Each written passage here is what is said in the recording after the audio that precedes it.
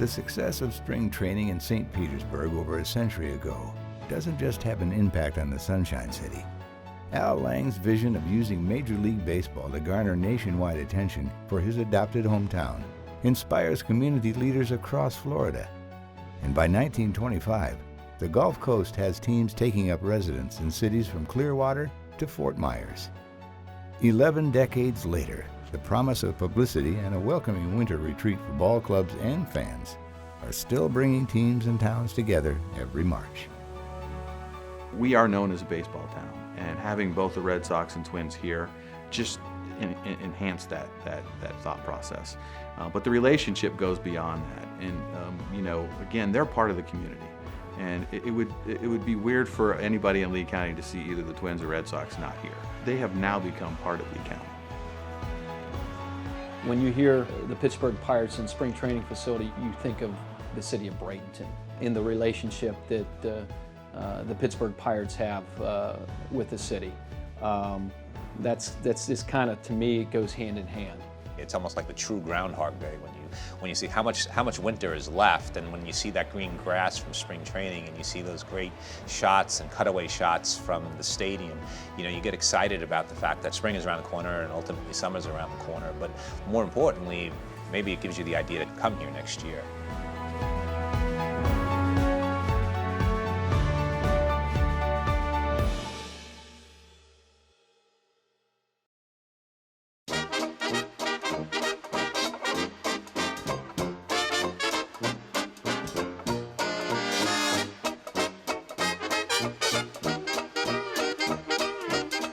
By the early 20s, St. Petersburg has already established itself as a popular spot for spring training. Since the St. Louis Browns played that first game on Coffee Pot Bayou in February 1914, the Philadelphia Phillies and the Boston Braves have called the Sunshine City their winter training home. But as roadways and rail lines make their way farther south, neighboring communities start to dream of bringing the big leagues to their towns. The city fathers saw what was happening in St. Petersburg. So in 1920, R.M. Bell, who was the founder of Bell's Department Store, decided that he was going to work to bring them here. He started a baseball committee, and they started working with different major league players and managers and owners to try to get a team to come to Bradenton.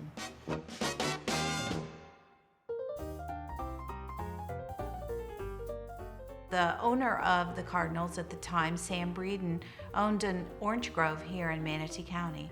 And so R.M. Bell went to Sam Breeden and said, "We want you to start playing here in spring training," and he agreed to give it a try. Branch Rickey was looking for a place, the Cardinals were looking for a place to come. They decided they wanted to come to Florida, and they wanted to sort of nail down. Because at that point, they had been bouncing around to Texas. Hot Springs, Arkansas was a place where a lot of the teams used to go. And I think Rickey sort of lit the fire to come to Bradenton in the town, Braden Town as it was called then. And the town fathers really sort of embraced the idea, and they decided they were going to build a ballpark. It cost about $2,000. And the city of Bradenton, the residents of the city of Bradenton, put aside the $2,000 for the improvements. They also promised to sell $2,000 worth of tickets, which they did.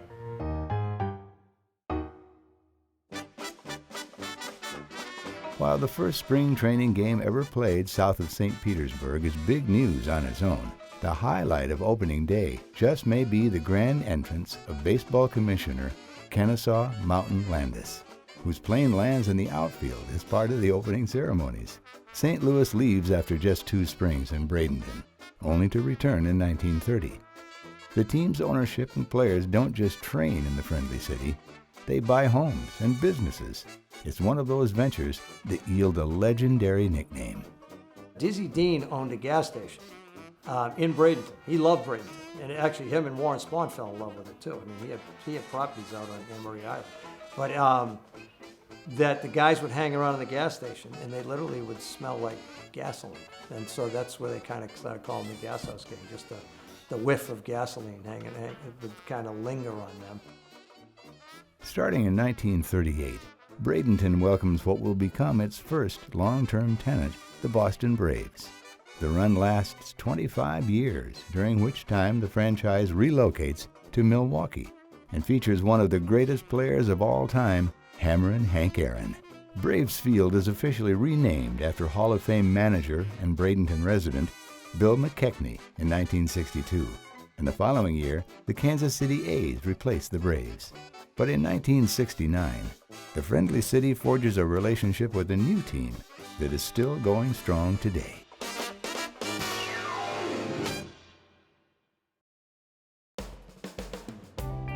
Upon moving to Oakland in 1968, the A's decided it would make more sense to relocate their spring training headquarters to Arizona.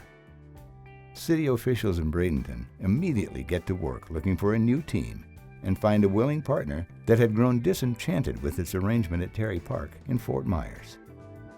The Pittsburgh Pirates were looking for a long-term relationship with our spring training facility, and the city of Bradenton at the time offered us a deal or relationship that made sense for the Pittsburgh Pirates at the time. What's important for us is the dormitory environment that we have at Pirate City, and the city of Bradenton was willing to provide that for us at the time. Nearly 50 years later, Pirate City is still an important piece of the team's operation in Bradenton, even though it's not part of a complex with the ballpark, a must-have for just about every other major league club. Big League Camp starts out over at Pirate City for 2 weeks and utilize the new facilities that we have over there and the number of fields that we do have. It just works. And then when they move over to Lecom Park to start the games, that extra field that we have in the outfield really gives us the flexibility to be able to stay over here once the games have started. When we built Pirate City, it was the first of its kind. Nobody put those kind of facilities out there. And still to this day, there's only a couple places that have dorms. Given the opportunity today, even the Pirates would probably choose to put it all together at some point. That's just the nature of what people do. They want to be able to coordinate that. But it is that relationship to say, look, they've been here 48 years. We're not changing that at this point. And it just seems to have worked.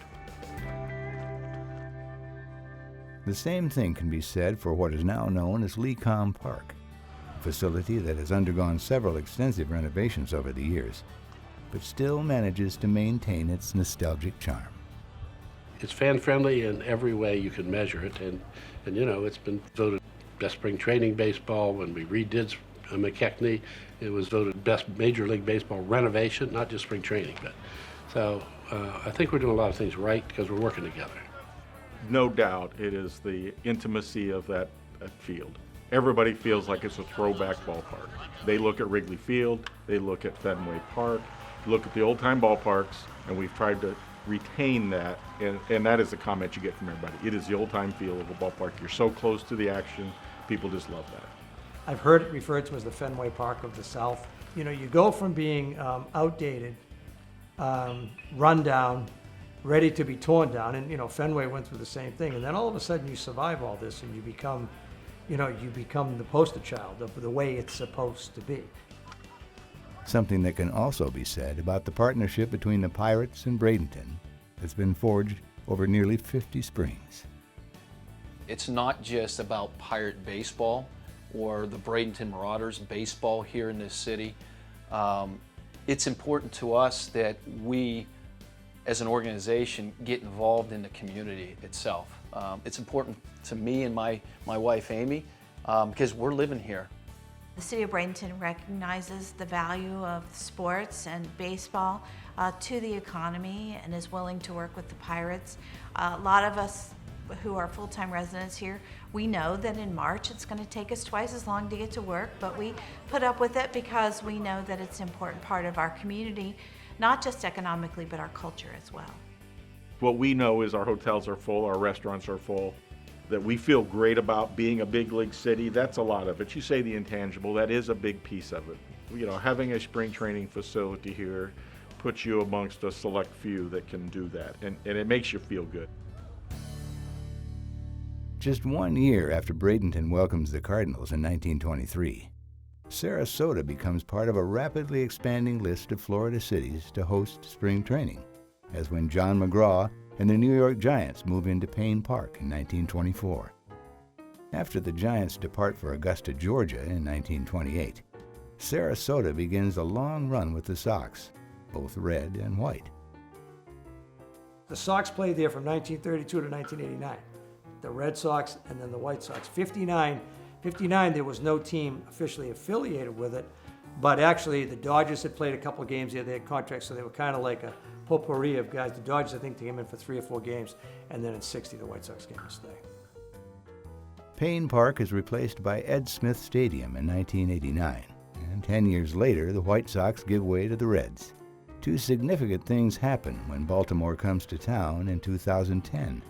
The city and club sign an agreement that will keep the Oreos in Sarasota for 30 years, and Ed Smith undergoes a major renovation that includes more covered areas for fans and refurbished seats from Baltimore's Camden Yards.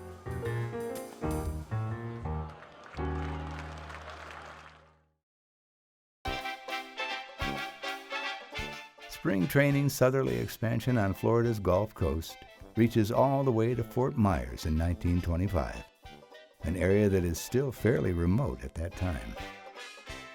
The railroad didn't come here in 1904. The Transcontinental Railroad was finished in 1869, so this was beyond the end of their line, literally till 1904. So 35 years after you could take a train from New York to San Francisco, you could probably take a train here. The Tamiami Trail wasn't finished till about 1928, so getting here from Tampa or Miami was very difficult. There were about 7,000 people living in Fort Myers. Every city seems to have its own Al Lang, and Fort Myers is no different. Local pharmacist R.Q. Richards decides to reach out to all 16 big league clubs at the time, eventually connecting with Philadelphia A's owner and manager, Connie Mack. RQ invited Connie down, showed him the town, and they made quite a Mutt and Jeff pair walking around because Connie was 6'2", 6'3", RQ was 5'5" or so. So you got this very short pharmacist and this tall former big league catcher walking around. And Connie liked what he saw. In 1925, the Philadelphia A's came here, and initially they weren't real good, but by the late 20s they were very good. They won 3 consecutive pennants, 29, 30, 31, and the World Series in 1929 and 1930. After 12 years, Connie Mack and the A's decide to move on in 1937. And then Fort Myers briefly lands the Cleveland Indians for 2 seasons in the early 40s.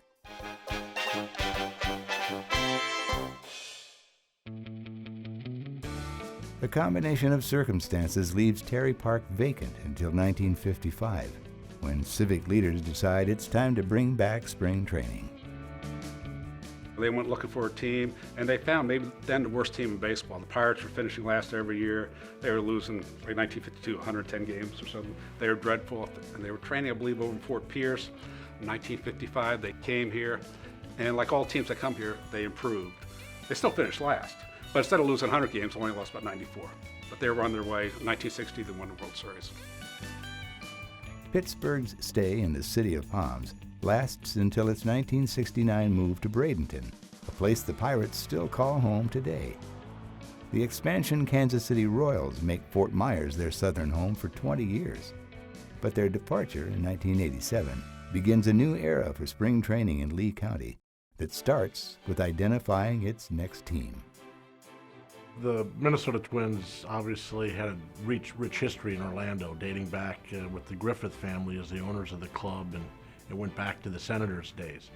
And when the Pohlad family bought the team in 1984, whereas their primary focus was our operations in Minnesota, it didn't take long to really survey that we were falling behind relative to facilities and some of that relationship development, I think, in the city of Orlando.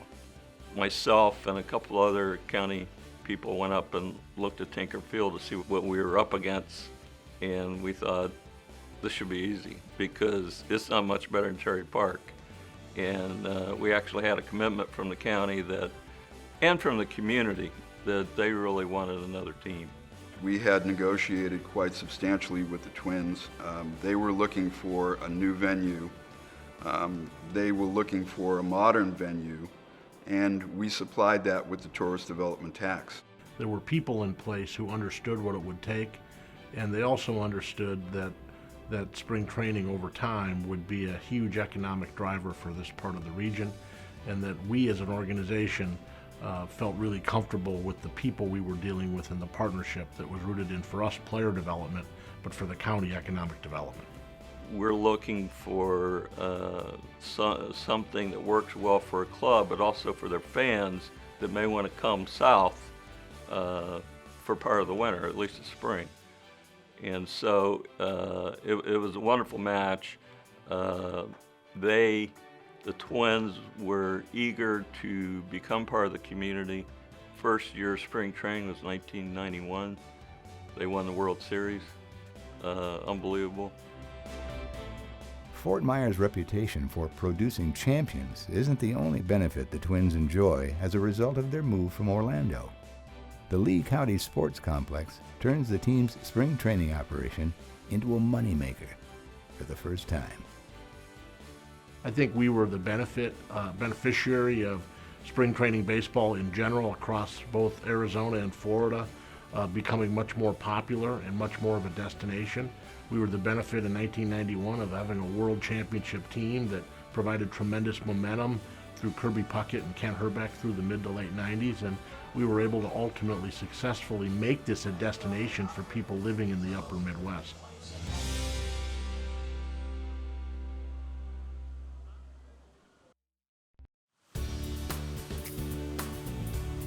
With the newly refurbished CenturyLink complex, the Twins have a facility that is not only their spring training home, but an integral part of their year-round operation. I've always said that the Twins partnership with Lee County, in my opinion, is the model public-private partnership. I think it's built on respect, it's built on relationships, but it's built on some principles. And I think from a baseball team perspective, we've gone with the principle generally is what's good for Lee County is good for the Twins. Just a few years after Lee County recruits the Twins, the city of Fort Myers builds City of Palms Park and brings the Boston Red Sox to town in 1993. We decided that Fort Myers was going to be the best place for us, and the city of Fort Myers made a very great offer with a beautiful ballpark at City of Palms, and our practice facility was just a few miles down Edison Avenue. Lee County takes over operations at City of Palms Park in 2003. Just a few years later, the Red Sox new ownership group starts to look for ways to streamline its Florida operations. The Red Sox were looking to move out of their municipal stadium because their practice facilities was about 2 miles away from where they played. And so we built a complex for them in 2012. They wanted to combine components of Fenway, but they also wanted to have that Florida feel. So if you ever go out and you look at the awning that encompasses the stadium, it's supposed to have that cypress head feel, so it's supposedly blended in with the cypress heads behind it. And that was kind of the whole impetus behind the stadium, was to bring in that Boston feel, but at the same time keep the Florida charm. We increased our capacity here by 26%. So we have 9,900 fixed seats, a little over 10,000 standing room. Yet it feels so cozy when we have a full house here. There's not a bad seat in the house. With the Red Sox and Twins committed to spending the long term in Lee County, baseball will continue to be an important part of Southwest Florida. It's essentially helped us in our sports tourism market. You know, we have these wonderful facilities, either old or new, that have allowed us to enhance our sports marketing and sports tourism to another level, specifically in baseball. So I couldn't imagine Lee County without baseball in general, Major League Baseball, and then the offshoots that we get from it. The demolition of Al Lopez Field in 1989 is the end of an era for professional baseball in Tampa. But with Yankees owner George Steinbrenner living in their backyard, it doesn't take Hillsborough County civic leaders very long to find their next team. The Yankees were training in Fort Lauderdale at that time, and the facility down there had long outlived its usefulness, and they were looking for a better place, and Tampa was just the kind of the no-brainer choice, if you will. We just had tremendous political help from Fred Carl, the county administrator, from the county commission, the city council, because when you deal with the sports authority, we are both city and county and state. So it was a joint effort of all three governmental entities that really helped. But George was the influence behind it, obviously.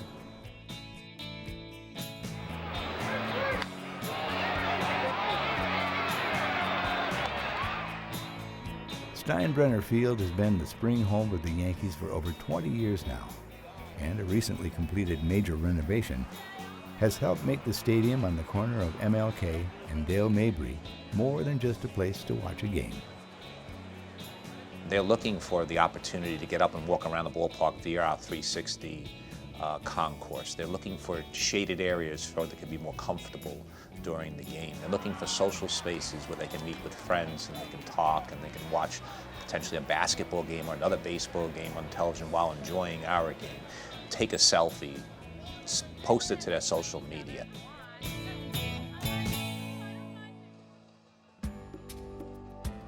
With a combination of modern amenities and parks that haven't lost their intimate feel, spring training continues to attract fans and promote towns across the Sunshine State. When the New England sports writers come down, when the Minnesota sports writers come down, they advertise for free almost Lee County's facilities, Lee County's beaches. What you're seeing now is that it's worth it to each other to keep these teams here and keep that vibrant. But I believe that it really hinges, the foundation of it is really on the love and the affection and the mystique and the magical part of baseball. You can't measure the fun of taking a kid to the game and seeing him get an autograph from David Ortiz or back in the day, Lefty Grove. People just love the connection. You go to a ball game now, it's JetBlue, 10,000 people there. And it's just spring training, the games don't count, but still an energy there. And it's something to see really good baseball players, the best in the world, right here where you live.